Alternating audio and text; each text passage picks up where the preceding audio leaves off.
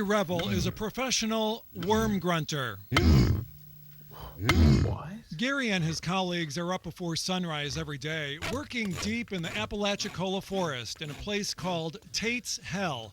It's a well-earned name because this place is swarming with hungry mosquitoes, pestering gnats, and poisonous snakes. These professional grunters use an implausible method to catch worms that even they admit is like magic.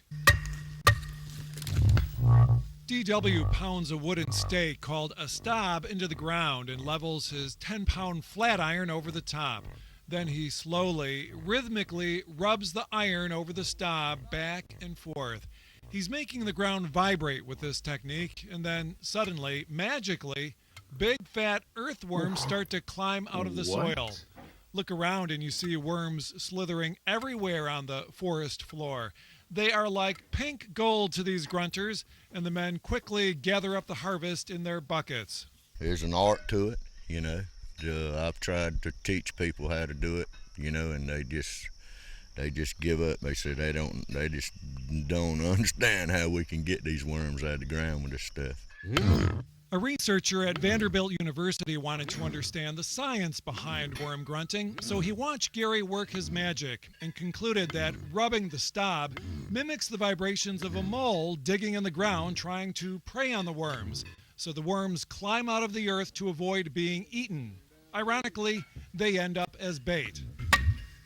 The worm grunters make about $25 a bucket. They say they're not getting rich, but it pays the bills. You have to be really determined, you know, and it's got to be in your blood to do this kind of work and be comfortable in the forest like we are.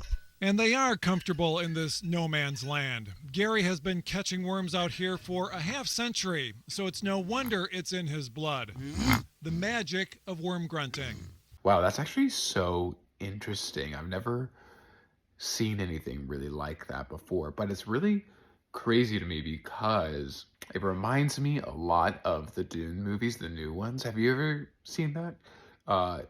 In the Dune movies, they have these sandworms that are a lot like regular worms, but they also like pound on the ground and on the sand in order to get the worms to come out. So I wonder if that's where that idea came from. That's super interesting. Have you guys ever did you guys ever know that this existed, that this is actually a thing? I'd be actually really curious to hear your thoughts. If you guys knew that this was a thing, comment that below. But if you didn't know, what are your thoughts on it? I would love to hear what you guys are thinking about it.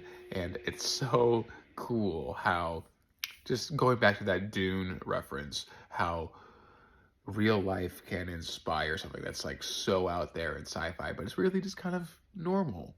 Yeah. Comment your thoughts below. Would love to hear it.